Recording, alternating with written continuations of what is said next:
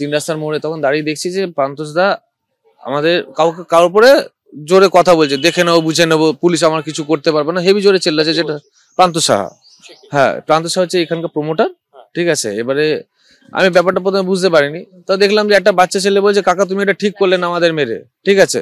P4 insulated water tanks, kitchen and bath fittings, বিশুদ্ধ জল, সুস্থ জীবন, P4 আজীবন। তখন আমি তখন বুঝতে পারিনি, তখন আমি গাড়িটা রেখে আমি এসছি, তখন দেখি বাচ্চার ওখানে দাঁড়িয়ে। আমি বাচ্চাদেরকে ডাকলাম যে ভাইপো এদিকে আয়, কি হয়েছে?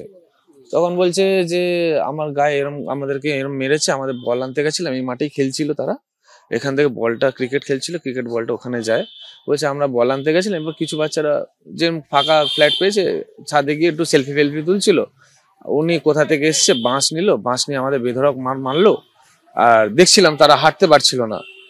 তো তারপরে তাদের বাবা মাকে ডাকিয়ে গেছিলাম, আমরা থানায় গিয়ে রিপোর্ট করে এসেছি যাতে এর মীমাংসা হোক, উনি শাস্তি পাক, যে মেরেছে এইভাবে বেধড়ক মার মেরেছে, তাদের হাত একজনের ফ্র্যাকচার হয়ে গেছে।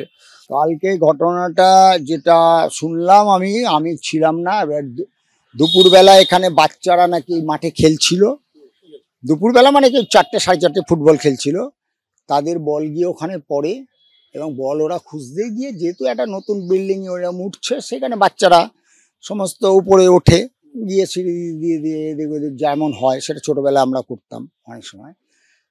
এবার যিনি প্রমোটার তিনি উপরে ছিলেন, অতএব যেটা আমি শুনেছি যে ড্রিঙ্ক করা অবস্থায় ছিলেন, অতএব এই বাচ্চাগুলো কেন উঠেছে এই বলে উনি ওদের হচ্ছে তাড়া করে, এবং তাড়া করে মানে একটা লাঠি, বাঁশের লাঠি দিয়ে, বাঁশ দিয়ে একটা বাচ্চাকে এইভাবে আঘাত করে, এবার হাতে, এবং তার ফ্র্যাকচার হয়ে যাবে, রক্ত পড়তে থাকে। আর একটা বাচ্চাকে লাঠি দিয়ে নাকি মারার পরে বাচ্চাটা মাথা সরিয়ে নেয়, সেই লাঠিটা অন্য একজনের লাগে। শহরে ফের প্রমোটারের দাদাগিরি। এবার ঘটনাস্থল রিজেন্ট পার্ক থানার অন্তর্গত পূর্ব পুটিয়ারি।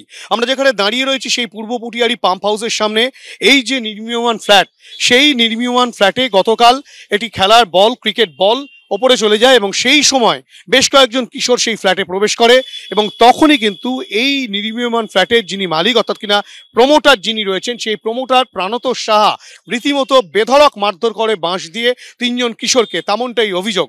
এবং যেটা অভিযোগ করা হচ্ছে যে এই নির্মীয়মান ফ্ল্যাটের ঠিক উল্টো দিকে এই যে মাঠটি রয়েছে, সেই খেলার মাঠে গতকাল বিকেল 4:30 নাগাদ বেশ কয়েকজন কিশোর মিলে ক্রিকেট খেলছিল।